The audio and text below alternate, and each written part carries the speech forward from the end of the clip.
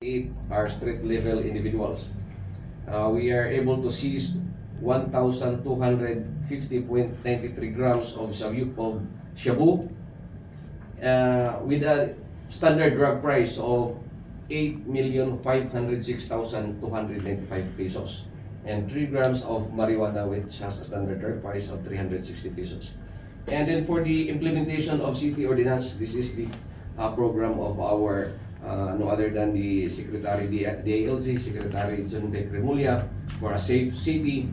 So 7,733 violators were apprehended for different violation of ordinances, city ordinances.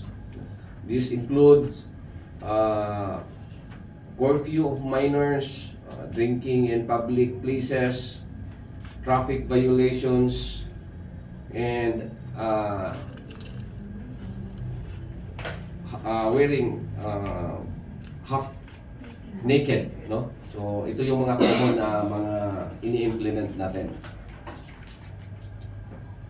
So any questions with our operational accomplishments?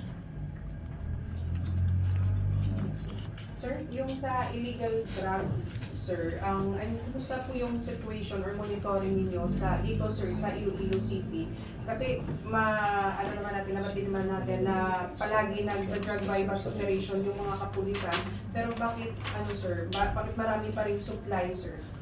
So again, no? So ito yung palagi naman natin sinasabi na the presence of illegal drugs.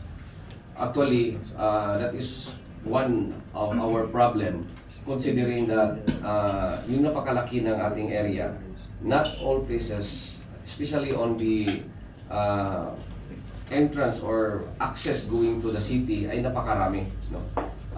Especially sa mga rural ports natin, it's not only in the city but for the entire region, napakarami nating mga rural ports, terminals, and areas, open areas on seas na hindi natin nababantayan. In the national, nakikita nyo na kung hindi sumadsad yung isang speedboat, ay hindi natin nahuli na mayroon pala siyang karga. And other is the rural ports. Isa ito talaga sa pinaka main entry ng ating drugs na nakikita natin na pag-secure kasi sa ports natin, we don't have that yet, the sophisticated equipments na kayang mag-inspect or mag-detect sa lahat ng mga cargos na papasok sa ating rural ports, no? Like for example na lang yung mga X-ray machines na kayang mag-X-ray sa mga container vans. And as of now, we don't have also the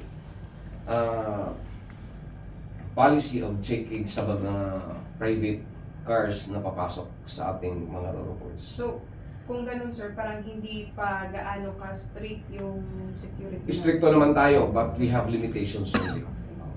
Considering na binabantayan din naman natin yung lahat ng ports natin, and for the part of the PNP and the Coast Guard, we have our personnel, the same with PDEA, na mayroon tayong mga K9 units, but considering the limitations of our dogs and the limitations of our personnel, we cannot guard entirely all the time and all places na pwedeng pumasok yung illegal drugs. But again, ang ginagawa natin ay pinapalakas natin yung ating operations, kung makikita nyo.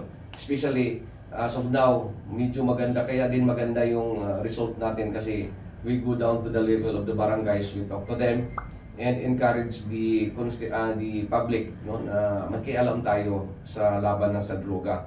Kasi if we will not do it, na magkaisa tayo, mahihirapan tayo talaga.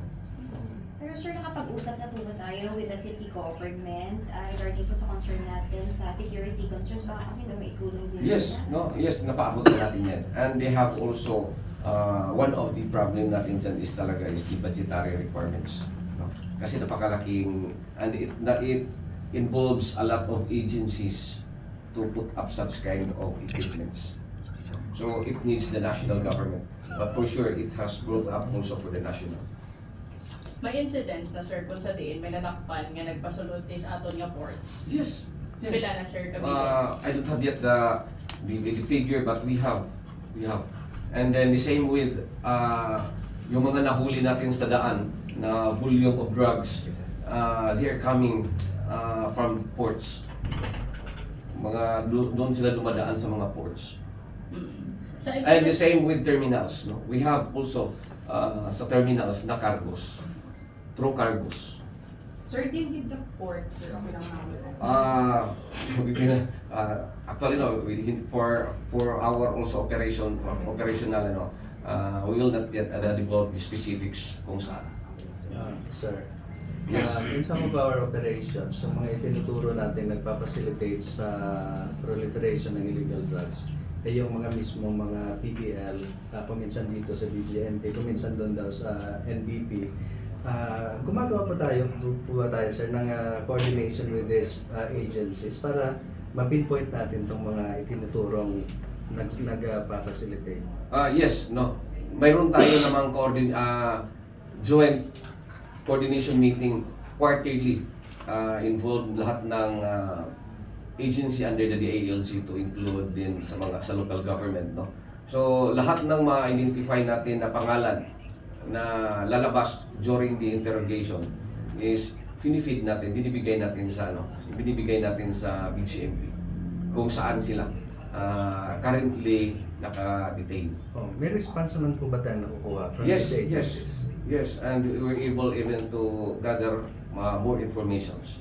No? So, isa din yan sa mga source natin, kaya natin na-identify din yung ibang kasama nila. So, we have to clear it, na hindi ibig sabihin na doon nanggaling ang drugs sa loob ng kulungan. But it is only the person who is the tender ang nagpa-facilitate, Yes, sir. nagda-direct kung saan ihahatid, sinong tao ang dadalhan. Yes, sir. Sir, intensified naman yung campaign natin against illegal drugs. Pero sir, ano yung nakikita mong dahilan kung bakit marami pa rin, sir, yung nag-engage? Marami na rin kayong nahuli, sir, pero marami pa rin yung nag-engage. So sinasabi ko nga palagi, yun na yung very lucrative business. No? Napakadaling gawing negosyo. You don't need to have permits and any other requirements to open up a business. At napakadali at saka napakalaki ng kinikita. AC money. So those who are involved, usually, no, sino yung mga na-involved na usually sa family, makikita mo from father, pag nahuli yung father, yung asawa, babalik, susunod sa mga anak, parang magiging family business yan.